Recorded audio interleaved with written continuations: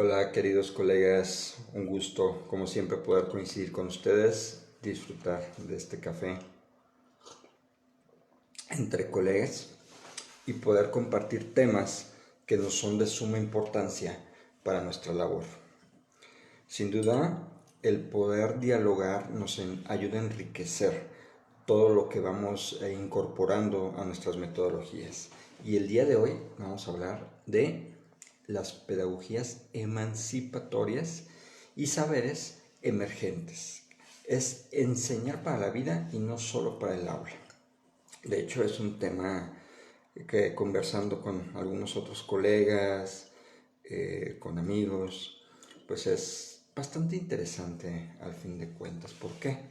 Porque al fin de cuentas, cuando nos bajamos de ese pedestal del docente que está frente a grupo, tiene toda la autoridad y nos ponemos un poquito más a reflexionar respecto a la labor personal docente que realizamos con nuestra vocación, con nuestra entrega, con nuestra dedicación, pues podemos también llegar a aterrizar todas estas concepciones de diferentes prácticas y tendencias que están inmersas en formar a estudiantes conscientes, a tener alumnos conscientes y a su vez que esto se refleje en una sociedad más responsable.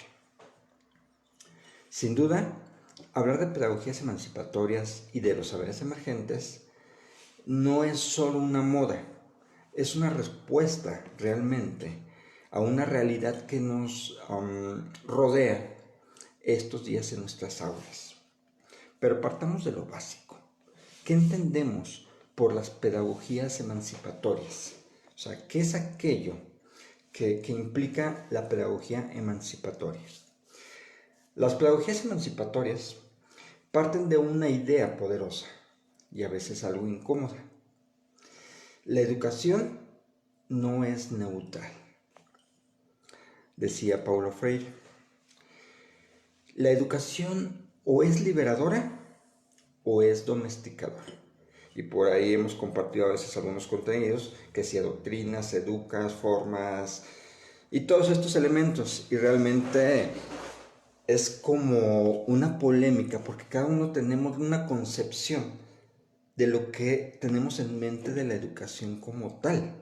Entonces entramos en polémica porque los conceptos que hemos tenido o que queremos reflejar en nuestra aula entran en ese discernimiento. Sin embargo, educar de manera emancipadora significa ayudar al estudiante a pensar de una manera crítica, a nombrar su realidad, a cuestionar lo que parece dado y a reconocer como sujeto histórico, social y cultural. Es decir, que está insertado en un momento específico y que esto a su vez le exige desarrollar ciertas habilidades o ciertas competencias. Entonces, no es realmente un movimiento de moda el hablar de la pedagogía emancipatoria. Sin duda, tenemos que tener algo muy claro. No es solo transmitir contenidos, sino de construir una conciencia. No se trata solo de enseñar, sino de para qué y para quién enseñamos. Cuando consideramos estos contextos en nuestros procesos de enseñanza, estamos formando ciudadanos y estamos hablando de la pedagogía emancipatoria, de una pedagogía crítica. Y muchas veces en nuestras aulas hemos llegado a la conclusión de qué tanto podemos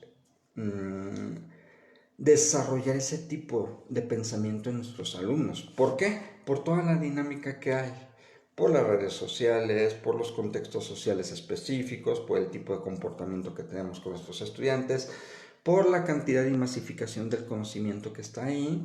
Sin embargo, es importante considerar ese elemento como esencial para nuestra práctica docente.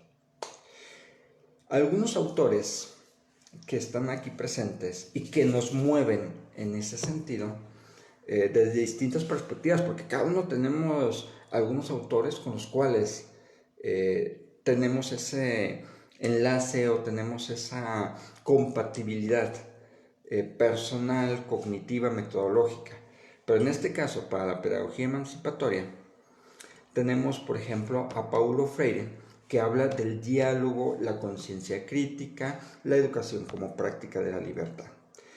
Tenemos también a Henry Giroux, donde dice que la escuela es un espacio político y cultural, el docente como intelectual transformativo. Entonces tenemos aquí un papel muy interesante del docente. Tenemos también a Catherine Walsh, que habla de las pedagogías decoloniales y saberes situados, muy relacionado con lo que es el contexto específico cultural. Tenemos también a Makarenko y Freinet con las comunidades de trabajo cooperativo y sentido social del aprendizaje. Ellos forman parte de ese bloque que habla de la pedagogía emancipatoria. Y todos coinciden en algo muy interesante. El estudiante no es un recipiente vacío y el docente no es un simple transmisor. Dos elementos que consideramos clave en nuestro desempeño. ¿Por qué? Porque en muchas ocasiones resulta que con toda la experiencia que tenemos, en muchas ocasiones nos convertimos en repetidores de los ciclos anteriores, en repetidores de las estrategias que nos han funcionado y dejamos de lado la reflexión del proceso, la intencionalidad y las características específicas del nuevo salón que tenemos o de lo que me infiere el salón de clases. Entonces, estos procesos debemos de considerarlos y tenerlos muy presentes. Pero aquí tenemos otra variable y que son los saberes emergentes. ¿A qué hacemos referencia con el término? Porque lo hemos escuchado también un montón de veces y sin duda es importante identificar qué son los saberes emergentes. Resulta que los saberes emergentes son aquellos conocimientos que se originan de la experiencia cotidiana, de las comunidades, de la cultura local, de la tecnología, de las problemáticas sociales actuales, de las emociones, el cuerpo y la vida misma. Entonces, esos saberes emergentes son el contexto actual en el que estamos presentes, tanto nuestros estudiantes como nosotros. Y ese contexto actual es el que debemos de considerar en nuestros momentos de análisis y reflexión de nuestra práctica para incorporarlos a nuestras planeaciones y a nuestros procesos de evaluación. Sin duda, son saberes que muchas veces no vienen en el libro de texto, pero llegan al aula, curiosamente, con cada uno de nuestros estudiantes. Así es, cada uno de ellos está empapado de ese proceso. Entonces, si vamos integrando las diferentes dinámicas que se dan en nuestro salón, nosotros podemos estar muy claros en este proceso. Lo que un estudiante aprende cuidando a un familiar es parte de ese proceso.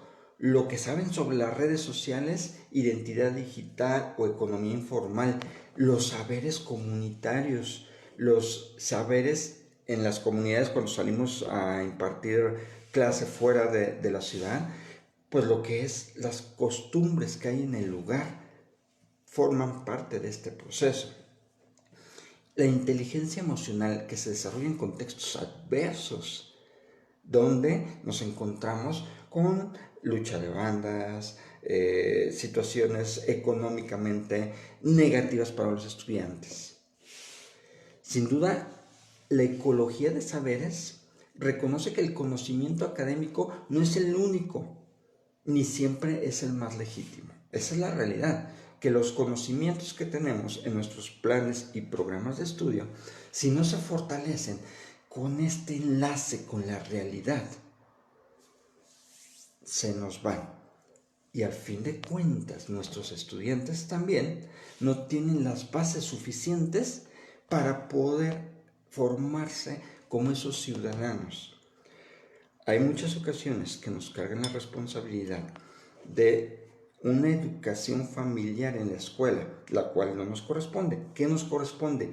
La conciencia, integración del bagaje que traen nuestros estudiantes para esa formación ciudadana responsable, para poder nosotros empujar a esas próximas generaciones. Ahí está nuestro liderazgo y no debemos de perderlo de vista, porque con todo lo que tenemos de cargas de trabajo, comités técnicos, reuniones, academias y todos los elementos que conlleva el ser docente, a veces lo perdemos de vista, ese liderazgo.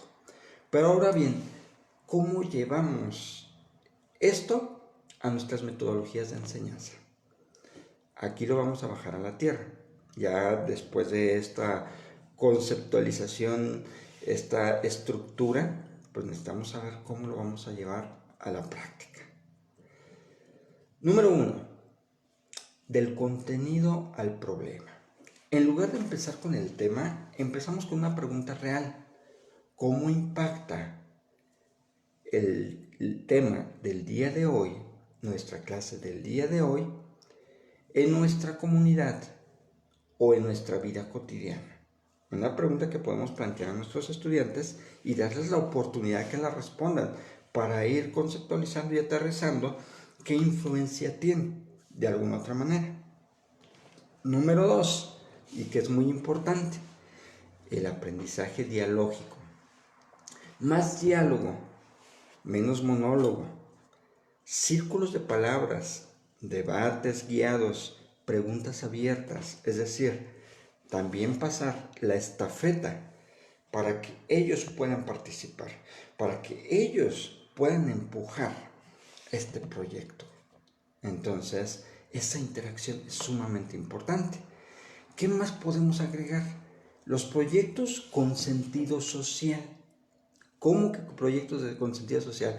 Y si están en primaria y si están en preescolar, siempre hay la conciencia de querer cooperar. Y ustedes lo saben, los niños son dadísimos para poder compartir de ellos, para poder ayudar. Entonces podemos aprovechar esto para poder integrar ese trabajo, esas comisiones, esas actividades, que ellos vean qué repercusión social tienen con lo que ellos hacen. Investigando las problemáticas locales con sus palabras, cómo ellos lo pueden definir, diseñar propuestas de mejora y vean que hay unas ideas geniales que tienen nuestros estudiantes independientemente del grado en el que se encuentren. Y es importante considerarlos y hacerlos partícipes del poder de decisión y de cambio que está en ellos.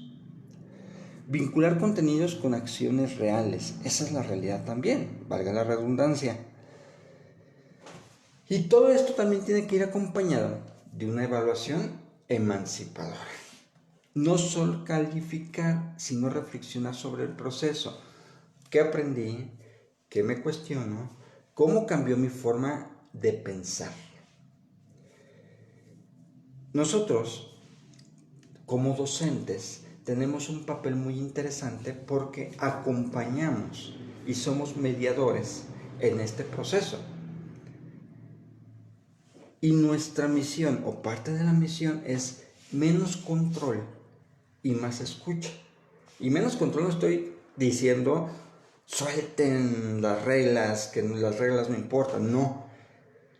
Estoy diciendo que la reflexión de la responsabilidad, los valores y los principios deben de estar presentes. ¿Para qué? Para que esto permita también la libertad de los estudiantes de una manera responsable y comprometida.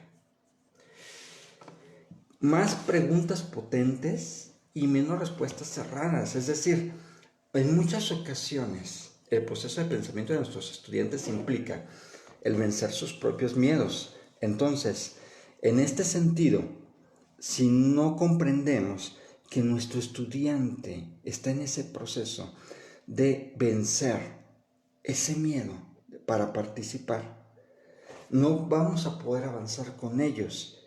Y por eso hay nula participación en nuestros grupos. Por ello es importante el poder comprenderlo. Y sin duda, debemos aprovechar también esa comprensión lectora cuando la estamos llevando a cabo. ¿Para qué? Para que generemos ese aparato crítico desde qué mirada está escrito, las características del autor, quién era, dónde vivía, qué momento histórico vive, a quién beneficia lo que se está compartiendo, qué voces quizás no aparecen dentro de eso que estamos tomando en cuenta en la clase y cómo se relaciona con nuestra realidad. Ahí la lectura y el aprendizaje se vuelve crítico. Es importante también hacernos algunas preguntas de reflexión. ¿Qué tipo de ciudadano estoy formando con mi práctica diaria? ¿Cuánto espacio doy a la voz del estudiante en mis clases? ¿Qué saberes de mis estudiantes estoy ignorando sin darme cuenta? ¿Evalúo solo resultados o también procesos, contextos y emociones? ¿Mi aula reproduce o cuestiona las desigualdades? ¿Por qué? Porque luego nos preguntamos, es que somos ciudadanos pasivos, es que no participamos, es que todo está muy mal, y venimos reflejando quizás una educación que en algún momento tuvimos, porque no la generalizamos. Todos tuvimos excelentes docentes que nos dieron la libertad del pensamiento y nos hicieron más críticos, pero tendemos mucho a repetir ciertos modelos, y en esta educación emancipadora es importante comprender la dimensión de la formación que estamos teniendo en el aula y que no estamos repitiendo patrones, que no estamos repitiendo modelos de enseñanza que vivimos. Sin duda, queridos colegas, es sumamente importante educar desde saberes emergentes y con una pedagogía emancipadora, donde tu historia importa, tu voz cuenta, tu saber tiene un valor muy especial. Y cuando eso ocurre, la educación deja de ser solo instrucción y se convierte en un acto de dignidad.